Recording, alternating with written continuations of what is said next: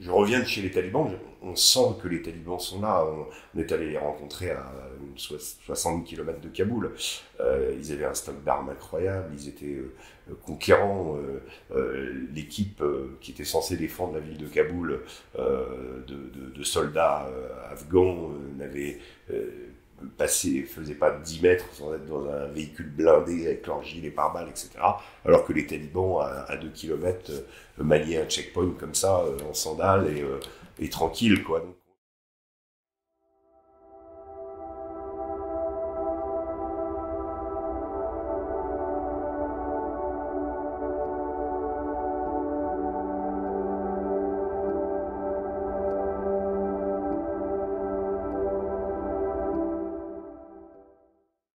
Régis Le Sommier, bonjour. Est-ce que vous pourriez vous présenter succinctement? alors, me présenter, j'ai 53 ans, donc je suis grand reporter depuis une vingtaine d'années, enfin 25 ans à peu près. Je suis né à Toulon, je viens d'une famille mon père était officier de marine, était sous-marinier, ça m'a beaucoup marqué, j'en parle un petit peu dans le livre aussi, mais par petites touches, oui, j'ai donc une partie de ma famille qui était militaire. Et je crois que si j'ai choisi de devenir journaliste, c'est pour m'ouvrir les portes du monde telles que l'ont vu mes oncles, mes tantes, mon père, etc. Mais peut-être sans avoir autant de contraintes. Comme m'avait dit un officier américain un jour à Bagdad, vous les journalistes, vous venez, vous vivez les mêmes conditions que les nôtres, mais vous pouvez partir quand vous voulez. Voilà, donc je dirais que voilà, je viens de ce sérail. J'ai beaucoup de respect pour les guerriers, j'ai beaucoup de respect pour les militaires. En revanche, je déteste les armes et j'ai pas de fascination particulière pour cet outil. D'ailleurs, ça choque beaucoup parfois quand on vient uniquement avec notre stylo. Vous parliez de Mossoul et les soldats sont surpris qu'on ne soit pas armé dans ces circonstances-là. Mais voilà, ça fait partie de notre mission. Et puis, il y a la guerre, il n'y a pas que la guerre aussi. Hein. L'idée, c'est que moi, donc j'ai une carrière à peu près une trentaine d'années dans le journalisme. J'ai fait un peu de tout. Je me suis spécialisé, je suis devenu journaliste de guerre grâce ou à cause des États-Unis. C'est parce que j'ai été nommé correspondant de Paris Match à New York en 2003. Et que c'était la guerre en Irak et qu'il n'était pas possible pour moi de couvrir la société américaine à cette époque-là sans aller à un moment accompagner les 150 000 GIs qui se trouvaient dans les sables de Mésopotamie et qu'il fallait forcément que j'ai cette pièce du puzzle. C'est comme ça que ensuite après j'ai poursuivi sur l'Afghanistan, ces guerres pour toujours, comme dit le général McChrystal, qui ne s'arrêtent jamais. Bon, l'Afghanistan s'est arrêté, mais enfin en tout cas les conséquences sont toujours là. Ce qui m'a toujours intéressé, c'est d'étudier, de raconter l'histoire des hommes. Je dis dans ce livre, j'ai passé la plupart du temps à écrire l'histoire des autres. Là, pour une fois, je parle de moi. De ce que j'ai ressenti, des rencontres que j'ai faites. Ça a été un métier merveilleux et voilà. Comment vous pouvez présenter ce livre-là? Parce que j'ai l'impression que c'est, illustrer la grande histoire, avec un H majuscule, à travers des petites histoires, et notamment la vôtre, en fait. C'est exactement comme ça que je l'ai conçu. J'ai conçu ce livre à propos d'un anniversaire. Il y a un chapitre d'ailleurs où je parle de cet anniversaire, c'est que je suis en juillet de cette année, en juillet de l'année dernière, à Kaboul. Je rentre dans ma chambre d'hôtel après avoir passé 3 jours chez les talibans. On a pris 2 embuscades. Le séjour chez les talibans s'est bien passé, mais ça a été chaotique, comme toujours chez les talibans. C'est pas la première fois que j'y allais. Et donc je reviens avec une certaine tension dans ma chambre d'hôtel. Et le matin, ce qui était très intéressant à Kaboul, c'est qu'il y a une sorte de mini décalage horaire, puisqu'il y a 2 heures, ce qui fait qu'on a tendance à se lever tôt. Et j'ai intitulé ce chapitre, ce bout de chapitre, l'heure des tourterelles. Et je me mettais sur la terrasse où il y avait le petit déjeuner. J'étais le premier levé. Je prenais un espèce de Nescafé, voilà. J'en m'en servais 3 d'ailleurs. Et souvent, j'appelais mes enfants aux États-Unis. Il y avait une connexion incroyable. On était à l'autre bout de la planète, mais ça fonctionnait.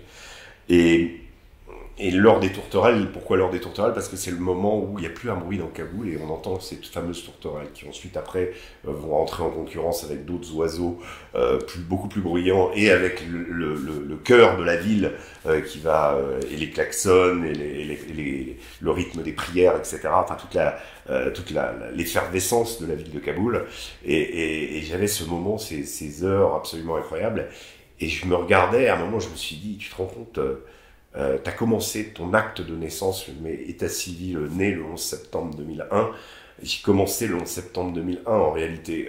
J'ai fait quelques sujets en journalisme à Paris Match comme stagiaire, d'abord comme pigiste ensuite. Et puis est arrivé le 11 septembre où j'ai vécu ce moment-là à la rédaction, qui est le début de mon livre. Et je suis là 20 ans après, aux premières loges. Quand je reviens de chez les talibans, on sent que les talibans sont là.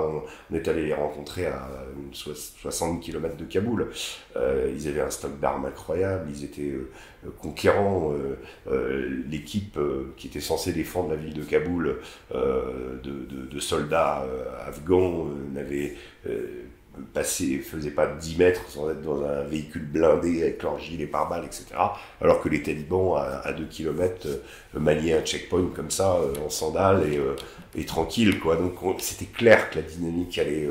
et on s'attendait d'ailleurs à ce que Kaboul soit conquise à ce moment-là. Et je me disais, voilà, il s'est écoulé 20 ans. Et ce qui était complètement dingue dans cette évocation, c'est que ces 20 ans...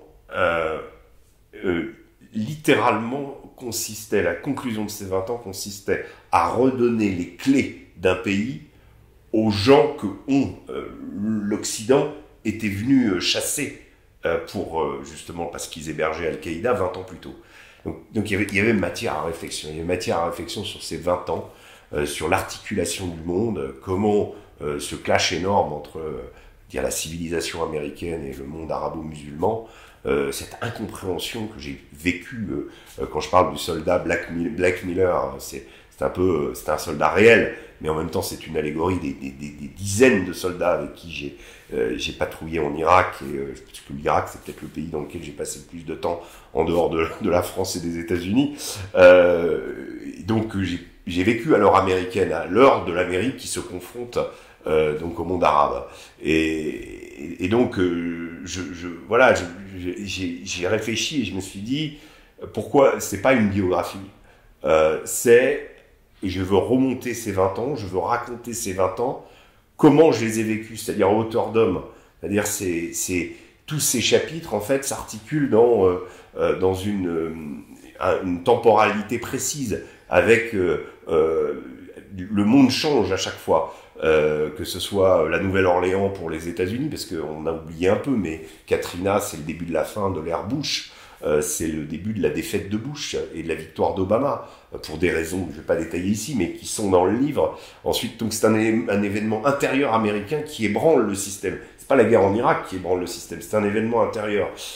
Ensuite, après, la bataille de Mossoul, c'est la grande confrontation cataclysmique avec Daesh, qui est cette hydre, ce cerveau maléfique, comme dirait mon ami Adrien Jaume du Figaro, quand il disait, voilà, Daesh à Mossoul, c'était l'affrontement, le clash entre l'armée irakienne et Daesh, et en plus, cerveau maléfique. Pourquoi? Parce que il fallait se méfier, parce que sur nos arrières, il pouvait y avoir des véhicules suicides, et ils en ont utilisé plus de 1000. Donc voilà, cette espèce d'hydre destructrice de Daesh, et qui, après la bataille de Mossoul, va rentrer en guérilla, ou va diminuer en pouvoir et en puissance, et donc en capacité de nuisance. Et donc, à chaque fois, le chapitre sur la Légion au Sahel, alors, mis à part du fait que c'est la Légion, donc c'est un corps mythique, et pour moi, ça m'intéressait beaucoup, mais voir et vivre et aller au combat avec la Légion au Sahel, là aussi, on est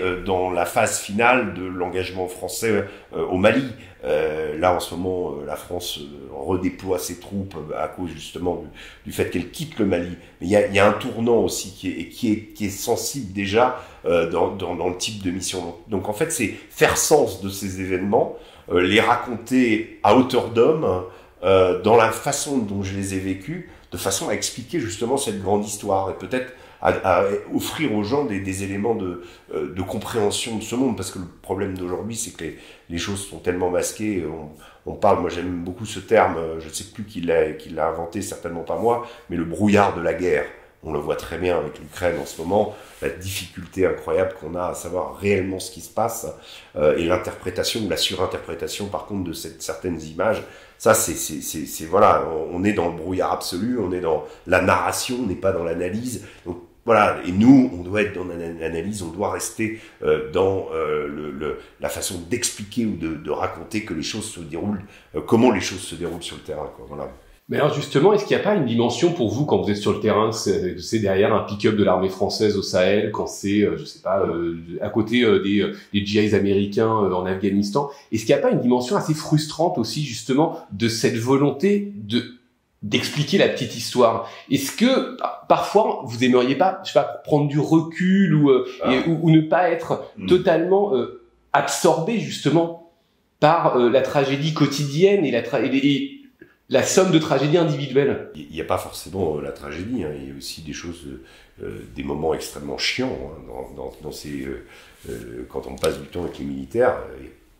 Je veux dire, 80% du temps, il se passe rien. Alors, il se passe rien, mais en même temps, il se passe quelque chose. Quand vous êtes dans le désert, il faut apprendre à le regarder, le désert. Vous avez l'impression qu'il n'y a personne, en fait, il y a des milliers d'yeux qui vous regardent, parce que eux, enfin, les gens qui peuplent ce désert, et les djihadistes qui se cachent parmi eux, vous voient très bien. Donc ça, vous apprenez à savoir qui sont là.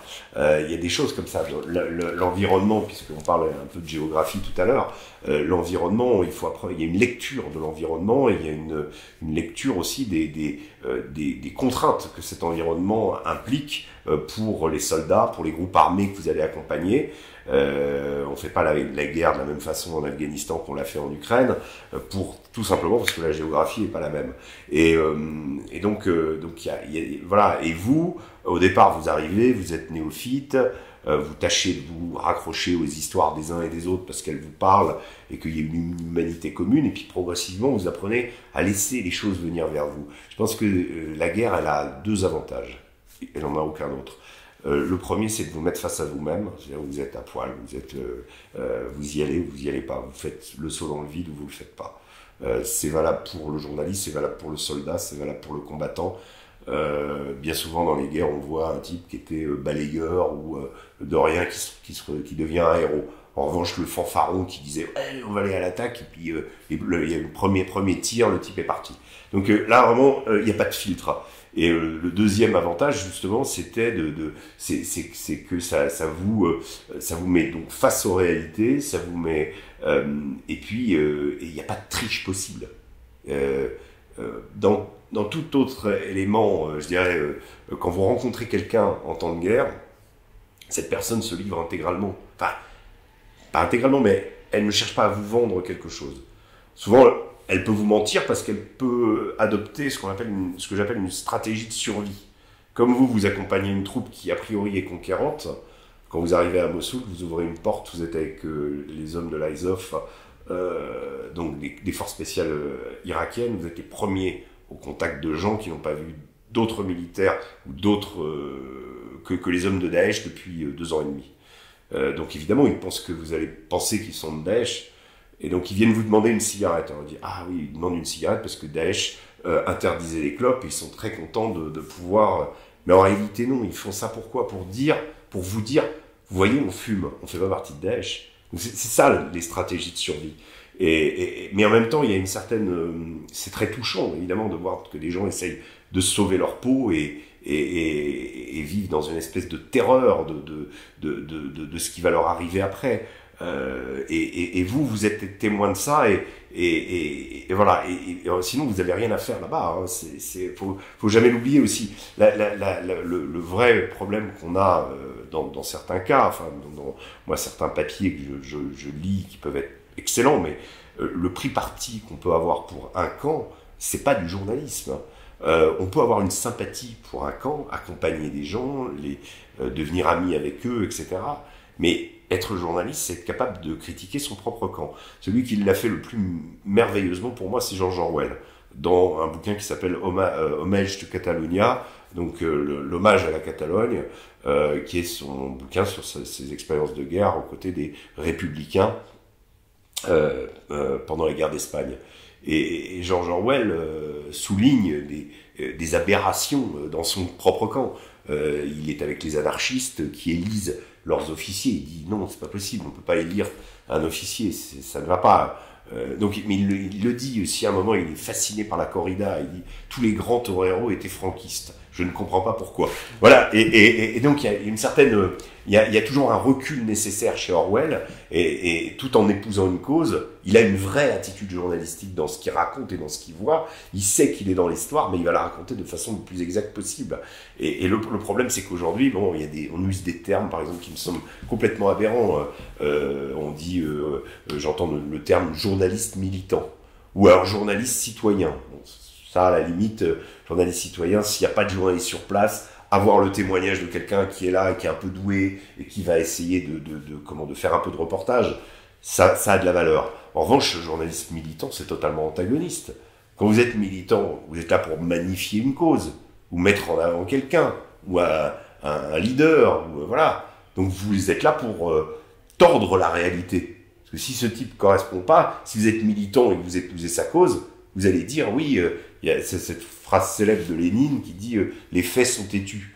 Et donc vous allez tordre les faits pour qu'ils soient plus têtus et qu'ils rentrent dans le cadre. Donc ça, c'est le militant, c'est respectable. Mais à l'inverse, quand je lis votre livre, justement, certains journalistes militants vous reprochez d'être militants. Je pense notamment quand ou en tout cas d'avoir une action politique, notamment quand vous avez interviewé Bachar el-Assad, non ? Ouais, alors, pour être clair, sur cette interview de Bachar el-Assad, sur cette rencontre avec Bachar el-Assad, la vraie question qu'il faut se poser, c'est d'abord, je suis pas le seul à avoir interviewé Bachar el-Assad, hein, et ce qui est étonnant, c'est qu'à chaque fois, que ce soit comment il s'appelle, Georges Malbruno, j'en prends deux, et David Pujadas, à chaque fois, ces journalistes ont ensuite été inquiétés. On a mis en doute leur probité, on a mis en doute le principe même de l'interview a été mis en cause. Donc moi, la question que je pose quand on est quand on a la possibilité d'interviewer Bachar el-Assad, ou imaginons aujourd'hui la possibilité de rencontrer Vladimir Poutine au Kremlin. Évidemment, il faut un cadre. Évidemment, il faut une négociation qui a eu lieu. Moi, quand j'ai rencontré Assad, j'ai posé comme condition qu'il n'y avait pas de questions que je ne devais pas lui poser. Ça a été acquis. On m'a pas demandé les questions. On m'a dit, comme souvent avec les hommes politiques, vous nous direz les thèmes. Ah, bon, je vais l'interviewer là-dessus. Mais je ne donnais pas les questions. Et puis je me réservais aussi des questions, ce qu'on appelle les follow-up questions en anglais, enfin la question pour rebondir. Donc c'était libre. Voilà, simplement il avait préparé en fonction ce qui se fait dans une interview classique. Il n'y a rien d'extraordinaire. Mais je précise par exemple que j'ai eu la possibilité d'interviewer Ramzan Kadyrov, donc le leader tchétchène. J'avais parlé donc à son équipe de communication, je trouvais que c'était intéressant, voilà. Et je leur ai dit, je poserai la question. Il a déclaré que il fallait mettre les homosexuels dans des camps, etc. Donc je lui poserai la question sur l'homosexualité. Ah non, ce sera pas possible de lui poser cette question. Eh ben très bien, mais il n'y aura pas d'interview. Voilà. Et il n'y a pas eu d'interview.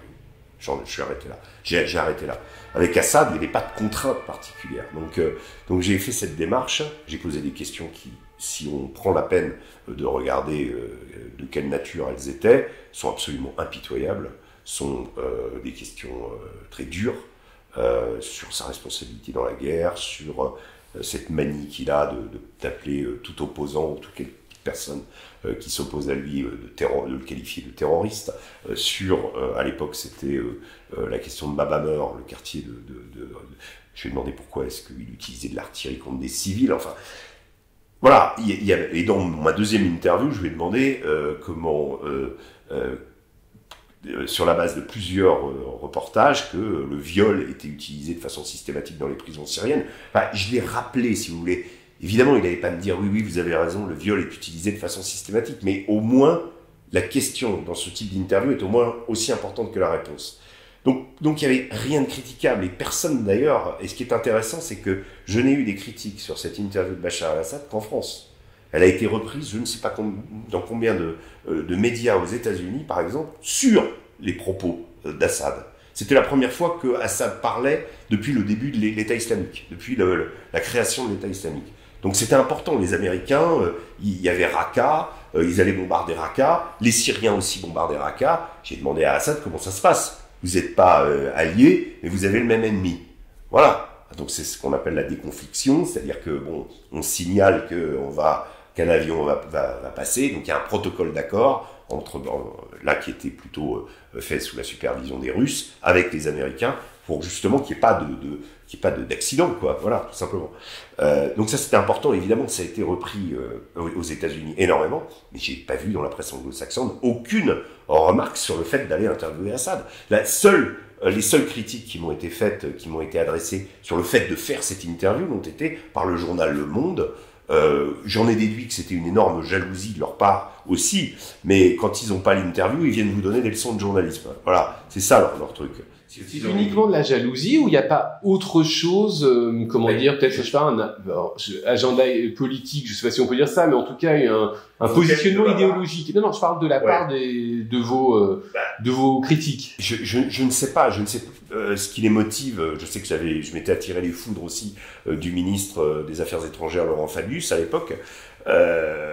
Donc, j'ai été surpris de la violence de ces réactions. De l'hostilité aussi, comme si tout à coup j'étais devenu un agent d'Assad.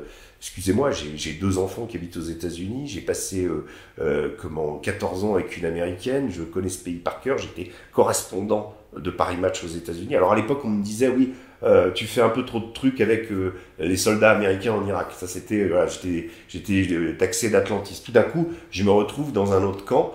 Je sais pas, moi je suis allé, j'ai fait un documentaire sur les talibans au moment de leur chute, de leur retour à Kaboul. Je sais pas, on n'imaginerait pas me dire vous êtes un complice des talibans. Enfin, c'est complètement absurde. Et de ma part, en tout cas, vraiment à cette époque, j'ai été estomaqué de voir qu'en France, on critiquait le principe même de l'interview. Alors que ce que j'apprends à mes élèves en école de journalisme, c'est que quand on est journaliste, il ne doit pas y avoir d'endroit au monde où on se dit attention, non, là c'est interdit. Ni de leader, ni de personnes importantes à qui on ne doit pas poser de questions. Ça fait partie de la base. On n'apprendra pas grand-chose peut-être en allant interviewer Assad, mais peut-être qu'on apprendra sa façon dont sa pensée, on le confrontera aussi. C'était ça l'idée. Et là, je me suis retrouvé avec une attitude qui semblait je lui dis voilà, procéder plus d'une démarche politique qu'une démarche journalistique. Mais bon, c'est pas la première fois. Et encore une fois, comme dit un vieux proverbe polynésien, si tu grimpes au cocotier, il faut avoir le caleçon propre. En l'occurrence, le journal Le Monde, je leur rappelle leur couverture de la chute de Phnom Penh en 1975, où le correspondant du Monde y voyait une grande avancée démocratique pour un pays qui allait perdre un quart de ses habitants. Idem pour l'avènement de ce grand démocrate, l'ayatollah Khomeini, et son retour triomphal à Téhéran. Donc voilà, c'est pas un journal qui est exempt de tout reproche à ce niveau-là, et qui n'a pas toujours fait amende honorable pour ses erreurs. On peut faire des erreurs. En l'occurrence, sur Assad, moi je n'ai fait aucune erreur. J'ai juste fait mon métier. Et je n'ai pas développé de sympathie particulière pour le personnage. J'ai écrit un bouquin qui s'appelle Assad, que les gens le lisent. J'ai été critiqué sur ce livre, je me suis rendu compte par une personne qui me dit « Oui, votre livre est propagandiste ». Et j'ai donné deux, trois infos qui étaient dans le livre. Et visiblement, la personne n'avait pas lu le livre. Donc la question elle est là, voilà, qu'on me juge sur des faits, sur des écrits que j'ai pu ou des phrases que j'ai pu prononcer, mais pas sur une espèce d'impression parce que on a dit que voilà. Mais alors, justement, alors moi, le proverbe polynésien, je crois que c'est un proverbe sénégalais. Je le connaissais, mais apparemment, peut-être que le caleçon au Sénégal doit être propre quand on monte au cocotier, c'est Il y a possible. plusieurs cocotiers. Il y a peut-être plusieurs cocotiers dans le monde. Voilà. Alors moi, je voulais aborder la question du terrain. Et donc, dans votre livre, il y a une sorte de, comment dire, d'inventaire de terrain de guerre depuis 20 ans, 25 ans. Aux États-Unis, à l'intérieur des États-Unis, enfin moi, comment dire, tout le chapitre sur Katrina, par exemple, je trouve ça absolument fascinant. Et j'ai pas l'impression qu'on en ait beaucoup parlé en France. Quand vous parlez du Superdome, ce qui se passe dans le Superdome, etc., c'est absolument fascinant. Mais alors, bon, pour les États-Unis, vous nous avez dit, vous connaissiez déjà, vous avez vécu aux États-Unis, votre ex-femme était américaine, etc. Mais comment est-ce que vous faites quand, par exemple, vous devez aller dans un endroit, une région que vous connaissez pas, du Sahel, peut-être en Ukraine, du Sahel à l'Ukraine, en passant par l'Afghanistan, etc. Je pense que vous pouvez pas être spécialiste de toutes les sociétés où vous êtes. Comment vous faites avant de partir, quand vous êtes pour préparer votre reportage, comment ça se passe? Alors, est-ce qu'il y a une sorte de petit livre de Régis Le Sommier pour un reportage réussi? Non, évidemment, on peut se renseigner. Aujourd'hui, on a accès aux réseaux sociaux et aux médias numériques, donc c'est un peu, on peut déjà faire un travail de préparation, lire les dépêches sur ce qui se passe dans le pays, s'informer. On le fait en route. Encore un proverbe de Lénine, c'est en marchant qu'on organise, mais c'est vraiment ça. C'est-à-dire qu'au moment où on va en reportage, on récupère des infos, on prépare notre truc parce qu'on n'a pas toujours le temps. Parfois, on est projeté. Je me souviens d'un moment qui m'avait, où j'avais vraiment très peu de temps pour préparer, et je me suis retrouvé dans un pays absolument comme si j'étais sur une autre planète. C'est au moment de la guerre au Karabakh, il y a environ en 2020, septembre 2020, et on a, moi à l'époque, donc j'étais directeur adjoint de Paris Match, et on avait bouclé 2 reportages coup sur coup côté arménien. Donc un à Stepanakert, dans le cœur du Karabakh, au moment de l'assaut des Azerbaïdjanais. Et bon, je reçois, on avait sur le site internet de Paris Match, on avait couvert les manifestations de soutien aux Arméniens. Et là, je reçois un coup de fil de l'ambassadeur d'Azerbaïdjan à Paris. Bon. Et j'ai dit, bon, oui, il me dit, écoutez, vous n'avez pas de couvrir le camp arménien, et nous, j'ai dit, écoutez, on a fait des demandes de visa, vous n'avez pas demandé. Et là, il me dit, écoutez, venez, je vous connais, j'ai vu vos reportages, vous venez demain et vous avez votre visa. Vous venez avec un photographe et vous avez votre visa. Donc, je suis revenu le lendemain et je suis arrivé et j'avais mon visa, en effet, et on a dû partir. Donc, c'était un pays que je connaissais pas du tout et je me suis en effet retrouvé dans un espèce d'endroit à la fois ultra moderne et en même temps figé dans le temps, quasi soviétomorphe, avec pas un fixeur mais ce qu'on appelle un minder, c'est quelqu'un qui est vraiment un peu comme en Syrie, quelqu'un qui est là pour vous vendre la propagande, ou en tout cas vous inciter à y croire. Et justement, pour les gens qui connaissent pas le milieu du reportage de guerre, c'est quoi un fixeur? Un fixeur, c'est quelqu'un qui est sur place, c'est un local, ça peut être un journaliste, ça peut être un étudiant qui va vous aider.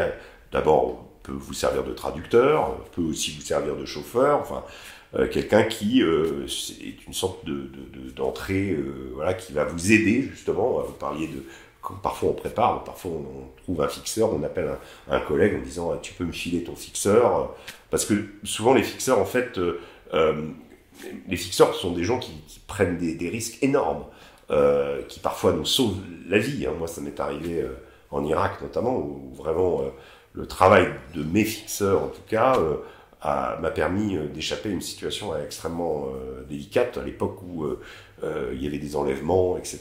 Les journalistes étaient enlevés, Florence Aubenas, Chénaud, Malbruno, etc. Et donc là, les fixeurs, voilà, un fixeur, c'est quelqu'un qui va vous faciliter le travail, que vous allez payer pour qu'il vous facilite le travail, qui vous aide à aller où vous voulez et à faire ce que vous voulez dans le pays, quoi. Enfin, à atteindre vos objectifs. Souvent quelqu'un qui est conscient, par exemple, qu'on a un besoin de photos quand on est voilà, au niveau des télés ou des radios, c'est différent. Voilà. Et progressivement, un fixeur se forme, hein, il est vraiment, et ça devient des très bons amis, des gens qu'on retrouve. Donc voilà. Et pour revenir sur l'Azerbaïdjan, la vraie découverte, c'était ça, d'être dans un pays figé dans le temps, très qui ressemble à comment, voilà, une sorte d'Union soviétique moderne, avec des kilomètres de pipeline qui partent vers la Turquie et l'Europe, qui amènent le gaz et le pétrole depuis Bakou, et du coup avec un réseau autoroutier flambant neuf, des villages un peu arriérés au niveau du Karabakh, et puis on est allé sur les zones qui ont été reconquises par les Azerbaïdjanais. Alors là, bon, c'était un peu pénible. Enfin, les chars arméniens avaient été véritablement laminés par les drones turcs. C'était horrible. Il y avait encore des cadavres à l'intérieur. Enfin, c'était vraiment des scènes. Il y avait des dizaines de chars arméniens qui ont été. Ça, on l'a vu. On était. Alors après. Donc ça, ce qui est intéressant, c'est que je n'avais pas conscience de beaucoup de choses. Voilà. Mais bon, on y va, on a de l'expérience, voilà, et puis après on essaye on est des éponges, le plus vite possible de comprendre les choses, d'essayer par exemple, si vous allez en Ukraine, travailler en Ukraine, faut comprendre la dimension du pays. C'est un pays qui fait 600 000 km². Donc quand vous voulez aller de Kiev à Odessa, ça vous prend 10 heures de train. Vous apprenez par exemple des petits trucs, mais c'est en y allant, que si vous êtes en voiture, vous allez mettre beaucoup de temps pour aller d'un point à un autre. Pourquoi ? Parce qu'il y a des checkpoints. Là, votre voiture va être fouillée, qu'on va vous arrêter, on va vous vérifier vos contrats, voilà, on va fouiller la voiture, tout ça, ça prend du temps. Si vous prenez le train, en revanche, vous allez faire un train de nuit, personne ne va vous emmerder, et vous allez arriver à l'endroit où vous devez arriver. C'est basique. Mais vous n'aurez pas eu l'expérience des checkpoints non plus. Non plus, ouais, c'est vrai. Et justement, quand vous êtes sur place, comment, parce qu'on en a parlé un petit peu sur la subjectivité du journaliste, bon, sur la dimension militante pour certains, mais comment est-ce que vous faites pour finalement ne pas prendre pour argent comptant ce qu'on vous dit, parce que ce soit à la fois de la part des pouvoirs publics, des autorités. Là, vous nous parlez de l'Azerbaïdjan, par exemple, et pour pas que ce soit une sorte de, d'itinéraire un petit peu disneylandisé, tout va bien, Madame la Marquise, voilà. Mais de l'autre côté, pour ne pas devenir une éponge de discours eux aussi peut-être orientés de la part de combattants, de populations, etc. Comment on fait ? On n'est pas, à 100%. Enfin, on essaye d'être le plus exact possible, le plus honnête possible. Maintenant, il peut arriver qu'on écrive des conneries, hein. Il peut qu'on se fasse avoir. Il peut arriver qu'on nous raconte quelque chose et la réalité montre quand plus tard on apprend que c'était pas vrai, ou que en fait le camp dans lequel on était plus assassin qu'on l'avait imaginé. Voilà, des choses comme ça. Et que les torts étaient partagés, ou que voilà. C'est des guerres très complexes, hein, c'est des situations très complexes. Mon ami Renaud Girard qui décrivait l'autre jour, on parlait faisait la comparaison entre la guerre d'Ukraine et les guerres d'ex-Yougoslavie avec la Serbie à la place de la Russie. En fait, il y a des similitudes. Il parlait justement du traitement du TPI après et du jugement des crimes de guerre. Et sur la notion des crimes de guerre, après ce qui s'est passé à Boutcha, après au regard à la lumière de ce qui s'est passé, on revenait sur les massacres de Mostar, Srebrenica, etc. Et Renaud a eu cette phrase, il a dit dans ces guerres, tout va bien, ça commence à devenir un peu plus compliqué quand les victimes se mettent à massacrer. Voilà. C'est-à-dire quand le camp qu'on croyait bon, on découvre qu'il a des comportements comparables, ou en tout cas similaires à ceux qu'on croyait être les méchants. Je dis pas du tout qu'il faut remettre en cause les responsabilités dans ces guerres. Milosevic a une responsabilité énorme. Vladimir Poutine a une responsabilité énorme. C'est lui qui décide d'aller en Ukraine. On dira oui, l'OTAN, machin, lui agiter le chiffon. Oui, mais c'est lui qui a décidé. Donc faut pas relativiser les choses. Mais néanmoins, l'honnêteté vous force à analyser ce qui se passe aussi chez les gens que vous pensez être, voilà, et que le respect des conventions de Genève, le respect du traitement des prisonniers, le traitement des populations civiles parfois, et ce qui était assez extraordinaire avec ces guerres d'ex-Yougoslavie, c'est qu'elles ont conduit à un certain nombre de jugements qui ont lieu donc à La Haye. Milosevic a été jugé, Mladic, donc le leader des Serbes de Bosnie, Mladic, le général en chef, Karadzic, le leader des Serbes de Bosnie, ils ont été jugés et condamnés à La Haye, mais également un général croate, un général bosniaque. Donc il y a eu la lumière sur tous les crimes. C'est quand même intéressant d'un point de vue du droit international, ce que cette guerre d'ex-Yougoslavie, et Renaud me disait, je m'étais pas imaginé une seconde que les massacres auxquels on avait assisté seraient un jour jugés, que Srebrenica est un jour un débouché sur une cour internationale. De même que peut-être qu'un jour il y aura un tribunal, une sorte de Nuremberg qui jugera des crimes de Daesh ou des crimes d'Assad. Voilà. Et que voilà, le droit international progressera, ou de ceux de Poutine aussi. Donc la vraie question, elle est là. Il faut, c'est difficile, c'est fastidieux. Mais on développe des instincts. Enfin, on a un instinct et on a de l'expérience. On a de l'expérience et il est assez difficile. Souvent, quand on est avec les militaires, il y a toujours, quels que soient les pays, une incompréhension entre le militaire et le journaliste. Le militaire, bien souvent, veut vous cacher des choses qui ne vous intéressent pas, et en revanche, va vous montrer des choses qu'il ne devrait pas vous montrer. Je m'explique. En 2007, j'étais à Bagdad, dans un endroit, une base avancée dans l'ouest de la capitale, qui s'appelait Fog Justice. Et j'ai pas compris pourquoi ça s'appelait Justice, et puis après j'ai compris.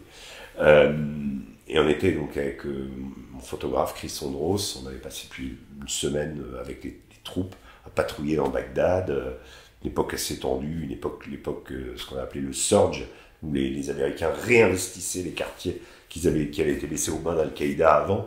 Donc il y avait beaucoup de combats, il y avait beaucoup de morts, il y a eu, voilà, c'était une époque assez trouble de cette grande bataille, cette gigantesque bataille pour Bagdad. Et on était sur cette base, après avoir passé une nuit avec des parachutistes dans un autre endroit, voilà, on était revenu au petit matin, on n'avait quasiment pas dormi, et on voit passer devant nous un camion avec à l'arrière visiblement des prisonniers, puisqu'ils ont des masques autour des yeux, ils voient pas, hein, ils ont les mains dans le dos, et donc clairement c'est des prisonniers qui passent sur cette base assez importante de l'armée américaine, co-gérée avec l'armée irakienne. Et il y a un officier qui est là, et je dis, il y a un centre de détention ici, où vous menez des interrogatoires. Il dit, oui, absolument. C'est même d'ailleurs le principal centre de détention à Bagdad. Ah bon, d'accord, ok. Mais vous ne pouvez pas y accéder, évidemment, on demande. Bon. On revient l'après-midi, on repasse par là, et on voit le bâtiment dans lequel était allé le matin. Et il y a un soldat américain qui est un sergent qui garde la porte de ce bâtiment. Et on lui dit, on a appris que c'était le centre de détention, est-ce que... Et là, il dit, non, mais il faut que j'appelle un officier. On se dit, bon, ça va se casser les dents encore.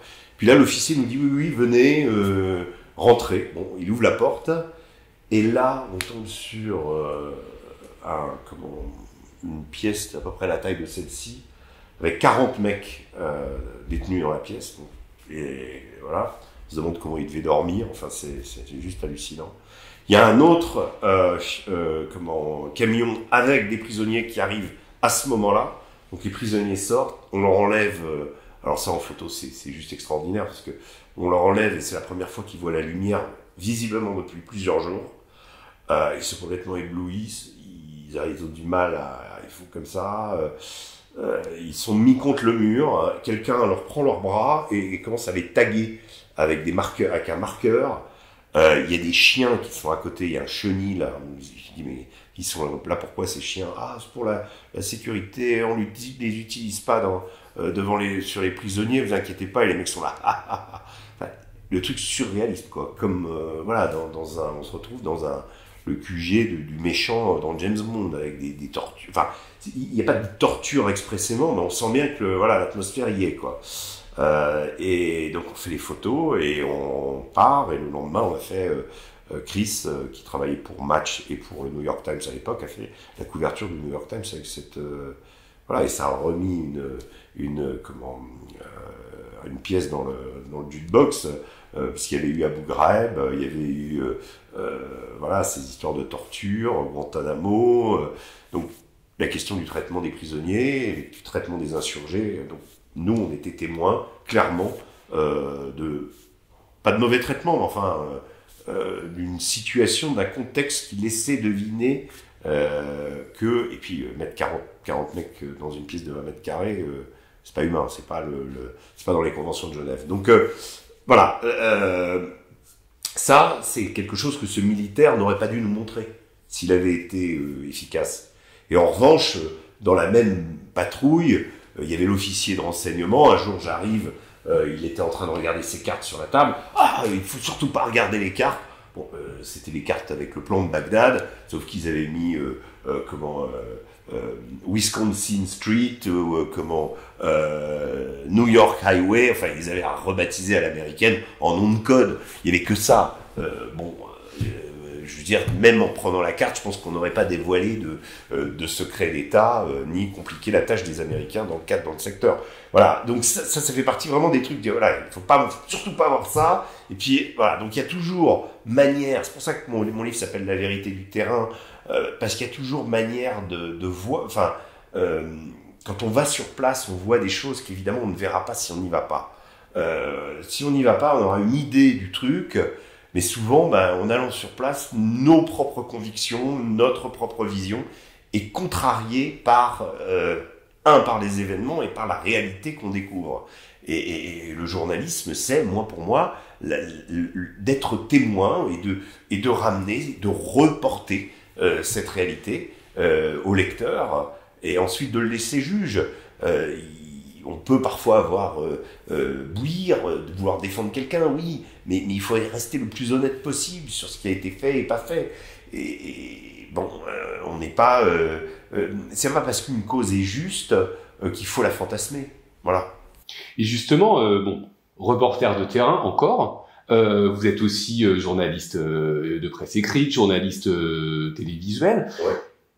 Ça vous inspire quoi quand vous voyez débouler des spécialistes autoproclamés de telle région ou telle autre, qui finalement expliquent des pseudo-réalités géopolitiques, géographiques, militaires, alors qu'ils n'ont jamais mis les pieds justement sur le terrain. J'ai eu des exemples de plateaux sur la Syrie, par exemple, pour prendre un terrain polémique, où clairement les 4 personnes qui étaient autour du plateau, j'ai écouté ce qu'ils disaient, 3 n'avaient jamais foutu les pieds en Syrie, et celui qui avait été, il avait été avant 2011, donc il y a très longtemps, en l'occurrence c'était Gilles Kepel, il sait de quoi il parle, mais bon, la Syrie de 2011, je peux vous dire que par rapport à la Syrie d'aujourd'hui, ça n'a rien à voir. Donc voilà, mais au moins il y avait un peu de quelque chose. Sinon les autres avaient des opinions sur la Syrie, tout le monde a le droit d'avoir des opinions, mais avoir une opinion et être qualifié d'expert, il y a une grosse différence, quoi. Et le problème de ces experts, c'est qu'on les voit varier d'un plateau à l'autre et se déplacer en fonction des crises. On en a même vu qui étaient experts sur la Syrie ou sur le conflit. Tout à coup, devenait expert conflit Arménie-Azerbaïdjan. Là maintenant, c'est l'Ukraine avec comment souvent. Alors, il y a le problème, il y a aussi des anciens militaires qui viennent ou des anciens flics qui ont à une époque eu une réflexion pertinente parce qu'ils étaient aux commandes, etc. Et qui aujourd'hui, dont l'expertise s'est un peu édulcorée. Alors, je dis pas qu'ils n'ont pas de bon sens, il y a toujours quelque chose de... Mais Mais le phénomène de l'expert en plateau télé de chaîne info, il a quand même vécu. Hein. Enfin, je veux dire, c'est quand même parfois assez pauvre. Hein. Alors, je dis pas que moi, dans mon domaine, moi, ce que je fais quand je vais sur ces plateaux télé, vous m'avez dit, vous êtes journaliste télévisuel, oui, je vais sur ces plateaux télé, mais j'essaye au maximum d'apporter quelque chose par rapport à ce que j'ai vu, ce que j'ai entendu sur l'Ukraine, ce que je vous ai raconté tout simplement sur la façon dont on se déplace en Ukraine, la façon comment sont les gens, comment sont défendus les villages. Vous allez sur place, par exemple, j'ai passé quelques jours à Odessa, simple chose. Une semaine, 2 semaines avant, Bernard-Henri Lévy avait fait dans mon ancien journal Paris Match une tribune pour défendre Odessa, fort juste, hein, il faut défendre Odessa, et ce qui risque d'arriver dans cette ville m'inquiète beaucoup. Hein. J'ai peur qu'elle subisse le même sort que Mariupol. Mais en réalité, par exemple, mais en revanche, j'ai écrit Liberté, ce que dit BHL, j'ai écrit Liberté, Égalité, Fraternité sur une barricade. Non, il n'y a pas de barricade à Odessa. Il n'y en a pas. Il y a des chevaux de frise, des sacs de sable qui sont prépositionnés sur les avenues au cas où. Voilà. Mais on circule tout à fait normalement dans Odessa. Autour de certains monuments, il y a eu des sacs de sable. Peut-être c'est là, dans le centre-ville, qu'il a mis il n'y a pas de barricade. La ville elle est assiégée, mais de très loin. Mykolaïev, c'est à 150 km. Mykolaïev, c'est le verrou pour Odessa. Kherson, c'est à 300 km. Encore une fois, la réalité sur place vous fait rendre compte, toucher du doigt de choses autre l'aspect économique et la production de grains céréalières de l'Ukraine. J'ai fait ma petite enquête déjà j'étais assez surpris, je m'attendais à ce que les champs soient laissés en jachère, pas du tout. J'ai vu des tracteurs tracer leur sillon. Quand un tracteur trace son sillon, c'est 15 km, hein. C'est immense, c'est de la terre noire, le fameux Tchernosium, les terres les plus riches que même les Athéniens avaient même armé une marine pour aller prendre le grain dans ces terres riches. Elles ont été ensemencées. Au fur et à mesure de notre déplacement du nord au sud, on a bien compris que plus vous arrivez près d'Odessa, plus le blé avait commencé à germer, hein, les champs étaient verts. Donc les semences ont été faites. Si la guerre s'arrête, en juillet, la récolte se fera. Aujourd'hui, il faut rappeler qu'une tonne de blé sur 4 dans le monde est produite en Ukraine. C'est énorme. Et que, également, et là j'ai fait mon enquête, environ 20% des terres agricoles sont sur des zones où il y a de l'activité militaire, des zones de front. Donc là, effectivement, la récolte sera difficile à faire. Il y aura peut-être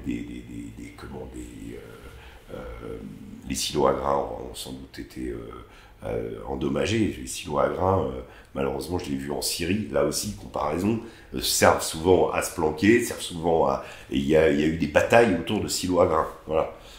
Donc ça, c'est possible que ça se passe en Ukraine aussi. Donc évidemment, s'il y a une bataille autour d'un silo à grains, la récolte ne va pas pouvoir se faire. Mais 80% de ces terres ne sont pas sur ces zones-là. Les tracteurs sont en train de travailler, les semences sont faites, donc voilà, donc il y aura une récolte. Donc quand on entend ça y est, voilà, ça va être la famine, s'il y a un accord qui est trouvé avant juillet, puisque là aussi il faut s'intéresser au cycle des céréales, que la récolte elle sera faite en juillet, quoi, et que s'il doit y avoir pénurie et famine, c'est là, à ce moment-là, qu'il faudra se poser la question. Donc tout ça, c'est des petites choses, mais qui vous permettent de tirer des conclusions quand même, un peu mieux que si vous sortez des statistiques, même si vous lisez beaucoup de choses très intéressantes sur un plateau télé avec des experts qui n'ont pas foutu les pieds dans le pays.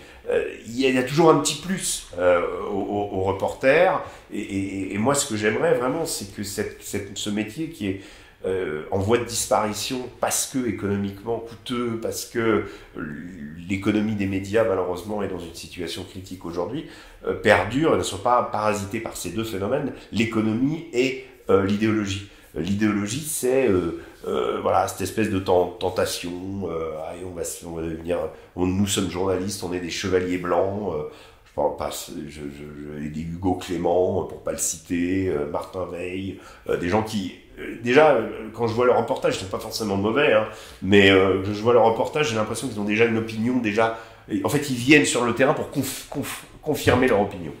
Ils vont voir les agriculteurs, pour eux, en gros, les agriculteurs, c'est des beaufs qui votent Le Pen, etc. Donc, à la fin, ils disent, ah bah oui, vous voyez, hein, ils sont, voilà. Donc, c'est pas du journalisme, ça. Voilà, c'est clairement, là, on est sur cette notion de journalisme militant, où on va traquer la petite bête pour remontrer aux téléspectateurs, vous voyez bien ce que c'est. Pour moi, c'est une démarche qui est totalement opposée à la mienne, totalement. Et voilà, et donc l'avenir du journalisme, il est en péril avec ça. Mais je pense que malheureusement, on a besoin quand même d'avoir des gens à aller sur place. Il faut continuer à ce qu'on ait des sources de première main parce que trop de conneries sont racontées, il faut des gens pour écarter, dissiper ce brouillard de la guerre. Voilà. Régis Le Sommier, merci beaucoup. Merci de m'avoir reçu.